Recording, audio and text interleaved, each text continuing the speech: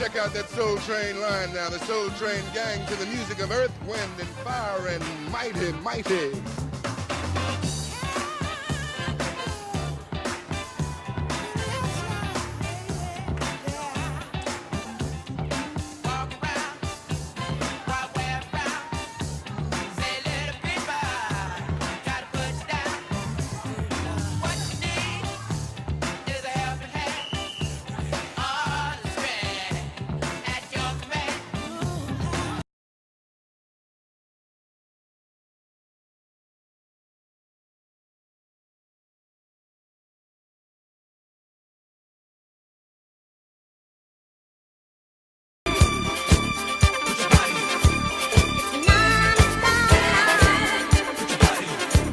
So Sundance, when you think about how we listen to music or the delivery of music, what would you like to say about that? How we listen to it? Yeah, and how it's delivered. Like from, it used to be 8 tracks, then it went to tapes, and now we got the MP3. Well, that was my era, the 8-track, and then it went to cassette. And that's how I used to listen to the radio. I used to record the rap down. Remember when Ramon and Disco Dave? Pink House, they were on 9:50 a.m. and then they moved to FM to GCI. So the whole generation of how I listen to hip hop and how I listen to house music, it did start from the 8-track. When I first started in '85 in radio. And back then we had turntables, we had the reel-to-reel, and I was busy in production splicing tape together. I wasn't on the air, but I was splicing tape together for commercials and for other songs, things like that.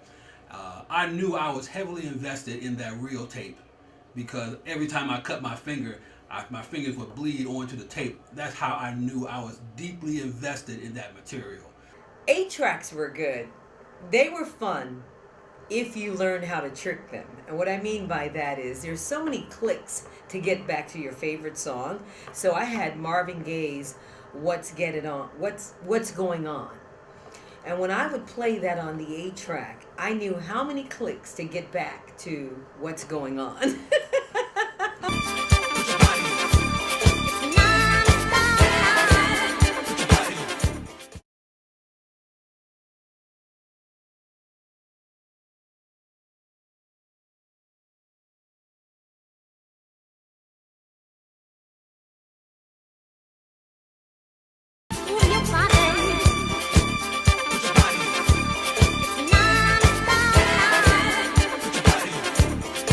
Personally, I've got over 3,000 albums, and I really think that vinyl has the cleanest sound, in my opinion, because it's nothing like putting the needle on the record. You know, you can hear the grooves. You can actually feel the music as it's playing, and that's lost when you hear a cassette tape, a reel-to-reel, an MP3. It's nothing like hearing the grooves as they're being played. You know, but digital recording, supposedly everything is clean, is clear. I can't tell the difference myself. Now, I could tell the difference between a cassette recording and playing the vinyl. Now, that's the thing, because if you had a messy album, then of course the cassette would sound trashy, you know. But hey guys, welcome to my record cave. We're back here. I guess I gotta talk about something now. Whenever vinyl is written about, it seems like they always talk about the warmth and purity of the sound, which is absolutely bang on.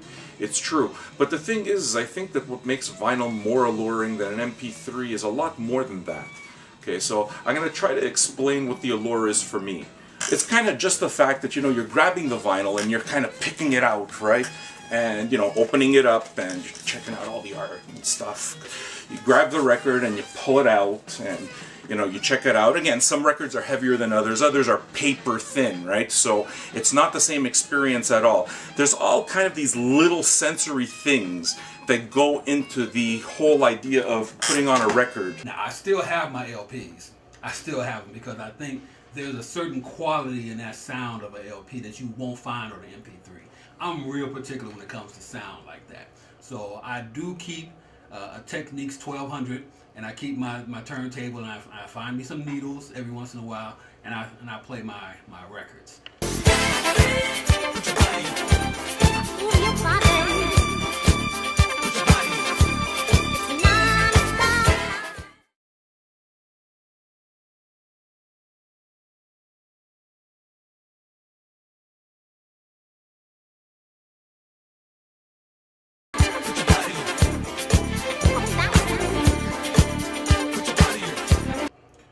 Wow. Oh, well, when I first got here, I had to relearn all of that. I didn't know anything about the digital age when it came to MP3s and putting things together like that. So I had a lot to learn.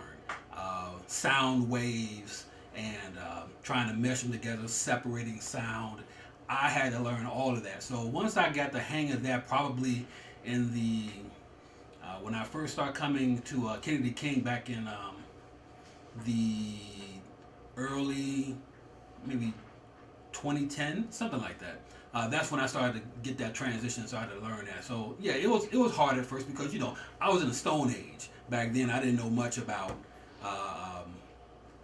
audio waves and files and things like that. But once I got the hang of it, then, you know, I had to take off because I knew that was the future of radio. When you have an MP3, all of that gets cleared up through production. That's the only way to clear it up, is through production when you have this MP3. Now we move forward another generation altogether. Apple introduces these things right here, right? Now that's a complete game changer in the music industry, and everything goes completely south. Why? Because now we can compress these songs into MP3 format, and you know what? There's tons of sites online where you can steal this shit, so you don't have to spend money on records anymore. Okay? How I listen to hip hop and how I listen to house music, it did start from the 8-track, then cassette, then DAT, then CD, and now everything is conformed and compressed to an MP3 file. And that's if it wasn't for MP3s, we would still be carrying crates and crates and crates of records because they compressed it down to an MP3 file. I'm able to put 1 million songs in this hard drive, this external hard drive. Do you ever